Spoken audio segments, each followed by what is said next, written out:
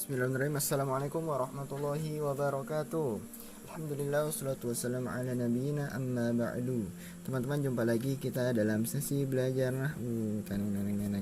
Nah, untuk memulai pelajaran nahwu kita mulai dulu dari istilah-istilah yang sangat dasar dan sangat penting yang harus kita ketahui.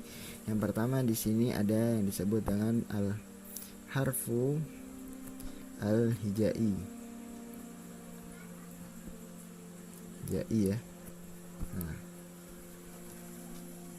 kemudian yang kedua ada yang disebut dengan al-kalimah.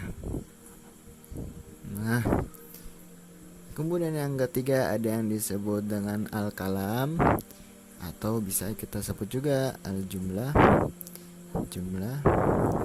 al-mufidah. Nah, mantap. Kemudian sekedar tambahan, nanti kita akan belajar ada yang disebut dengan al-kalim. Nah, tambahan kita sebut dengan ada yang disebut dengan al-kalim. Nah, apa itu yang disebut dengan al-harful hijai? Al-harful hijai adalah ma yatarok kabu minhu al-kalimah. Nah, sedangkan al-kalimah itu adalah al-lafzu lahu makna. Nah, kemudian disebut dengan al-kalam atau al-jumlah al-mufidah. Nah, ini kita bisa sebut at-tarkibul ladzi yufidu faidatan tam, gitu aja sederhananya.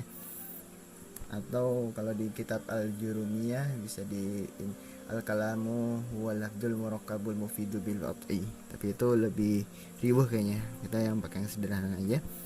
At-tarkibul ladzi tarkib alladhi yufidu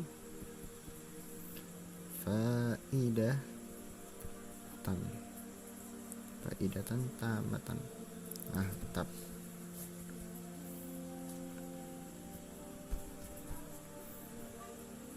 Nah, jadi teman-teman sekalian, yang disebut, misalnya saya punya kata gini dalam bahasa Arab ya, dari bahasa Arab, Zaidun qaimun. Nah, qaimun ini artinya adalah berdiri. Qaimun artinya apa? Berdiri. Sedangkan Zaidun adalah nama orang. Zaid berdiri. Nah, yang disebut dengan harfun hijai adalah satu hurufnya, namanya juga harfun, berarti kan huruf ya. Berarti ya udah, za-nya ini disebut dengan harfun hijai, ya-nya ini disebut dengan harfun hijai, dal-nya ini disebut dengan harfun hijai. Jadi ma yatarakkabu minhul kalimah. Nah, apa-apa yang kalimat tersusun darinya. Nah, berarti komponen-komponen ini akan membentuk suatu kalimat, alias kalimat itu adalah kata. Nah, ini bisa kita terjemahin gini ya, huruf. Nah, komponen ini disebut dengan kalimat. Al-lafdzul lahu makna, suatu lafaz yang mengandung makna. Zaidun apa maknanya? Ya, nama orang. Qaimun apa maknanya? Maknanya adalah berdiri. Berarti kalimat ini disebut dengan kalimat. Nah, susunan di antara kalimat-kalimat ini, at-tarkibul ladzi yufidu faidatan tamah, at-tarkib. Nah, tarkib. Apa yang disebut dengan tarkib?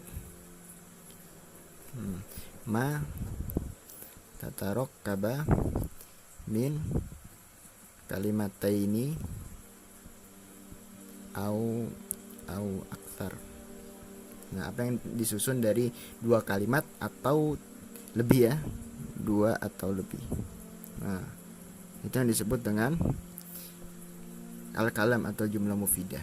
Nah, ketika dua kalimat ini sudah bersatu nih, Zaidun sama Qaimun sudah bersatu, berarti kan tersusun dari dua kalimat ya. Nah, hal ini jadi kita sebut dengan apa? Kalam atau jumlah mufidah. Yang benar kalam apa jumlah mufidah nih? Nah, ini terserah mau nyebut al-kalam atau jumlah mufidah, bebas ya. Kalau di kitab al-Miyasar disebut dengan al-jumlah mufidah, kalau di al-kalam bisa juga sih, di Miyasar juga kalam juga. Tapi lebih enak simpel kan kita nyebutnya kalam. Al-kalam huwa lafdzul murakkabul mufidu bil wati waqsamu salasatan, kalau di kitab al-jurumiyah kayak gitu. Kalau misalnya di kitab Mulhatul I'rab, hadul kalami ma'afadal mustamin au sa'azirun amru mutabiun au haladi alim. Nah, kalau misalnya di kitab Alfiyah Ibnu Malik misalnya ya, kalamuna lafdzul mufidun kastaqimus min fi'lun tsumma. Nah, berarti lebih banyak dipakai adalah kalam, nggak masalah, bebas gitu ya. Nah ini istilah penting. Kemudian ada yang disebut dengan al-kalim. Nah kalim ini sebenarnya nggak terlalu penting kita pahamin, tapi sekedar wawasan aja ya.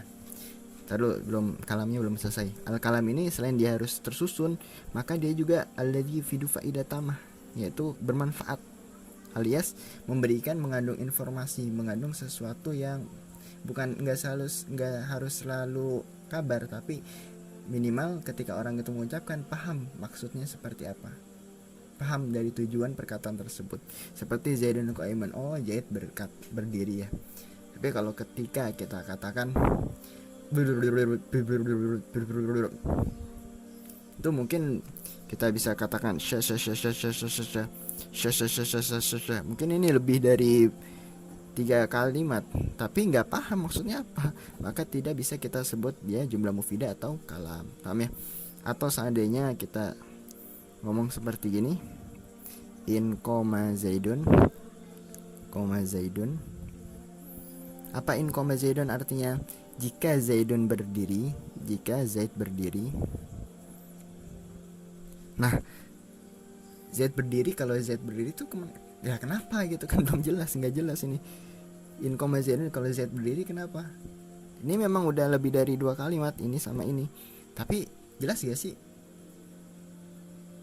Zaidun kenapa? Nah ini maka belum memberikan suatu faidah, maka bisa kita bilang kalam gak? Belum kita bisa kita katakan dia adalah sebuah kalam, paham ya?